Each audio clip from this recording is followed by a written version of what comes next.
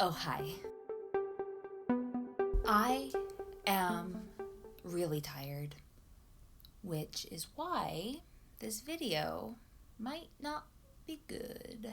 I had to make myself a nice coffee just to get the gumption to do this. It's been a really long day.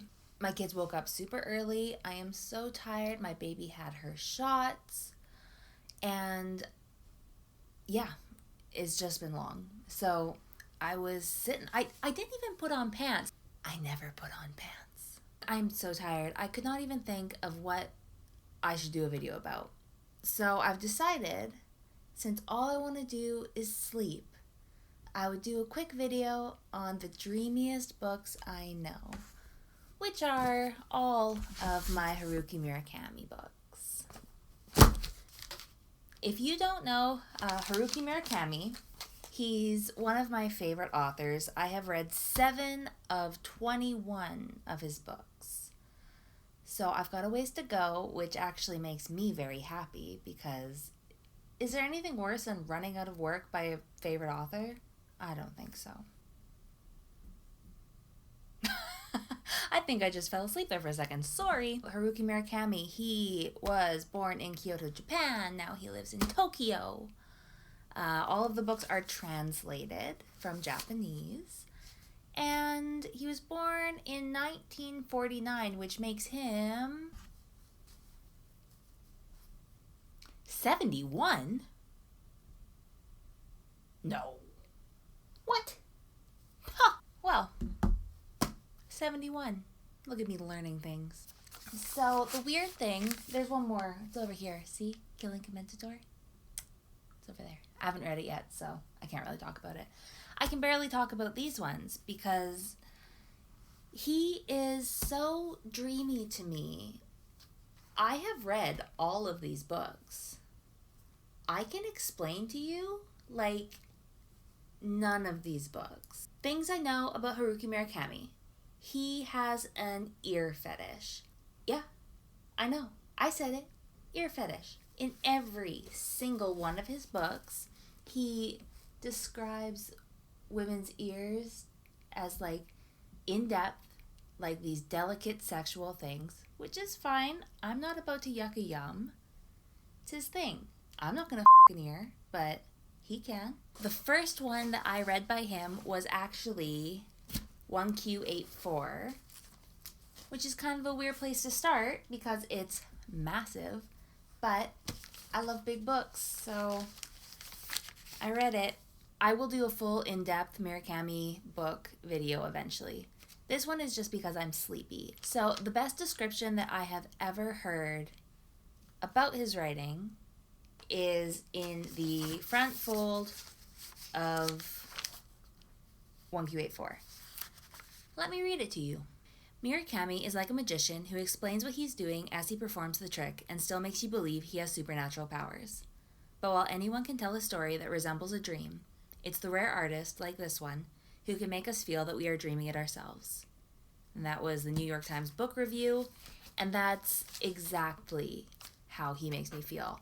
Reading his books literally feels like dreaming. I get so wrapped up in his stories, and I just fall completely into them.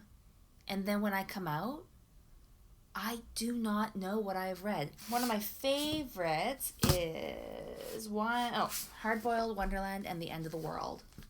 It's super weird. It's this guy, and he goes to this office building, and he sees this lady with beautiful, sexy ears.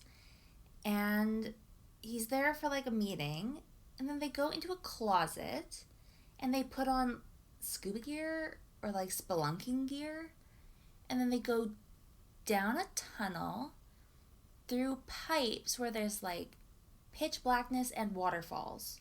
And then it's splicing this story with a story about golden sheep in a dream world that is covered in snow. The way I'm telling it is bad. The way he tells it is good. I'm guessing not for everyone, but holy crap. Like, if you just want to feel like you're having a lucid dream, pick him up. So yeah, I would go into these more, but guys, for real, it's like 10 o'clock and I still have kids tomorrow and I have to edit this. And I'm sorry. Oh, so while I was doing research, which is a word I use incredibly loosely for this one, I found out that he has actually written some nonfiction as well. I wrote it down. So it's 2 books, it said, and they go together to make the book Underground. And it was about the Hanshin earthquake and a subway sarin gas attack in 1995, which I've never heard of. And I guess it was done by a religious cult. It sounds incredibly interesting. And he interviewed survivors, so I'm going to pick that up.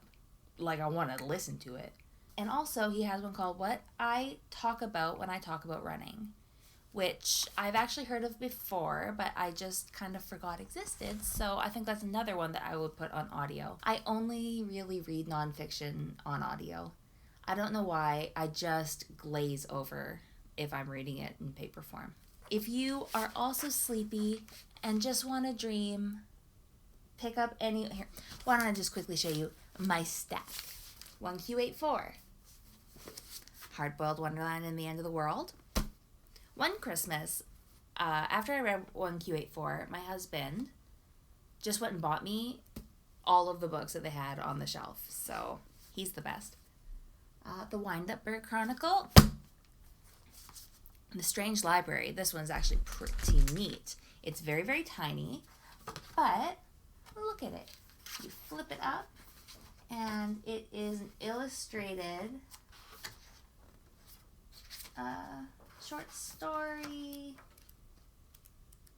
Yeah. It's really weird. It's about a guy who just goes to a library, and it's a strange library. Hence, The Strange Library. After Dark, I'm kind of annoyed that this one has a different cover, but this whole collection's covers are gorgeous. But most of mine are these covers, so I'm just going to have 2 sets. I'll get as many of these as I can, and I'll fill in the rest with these. Except for my 2 hardcovers, I guess. Is this what everybody thinks about when they're buying books, or just me? And A Wild Sheep Chase. So that's it. Thank you for watching. Like the video, subscribe, ring the bell. Good night.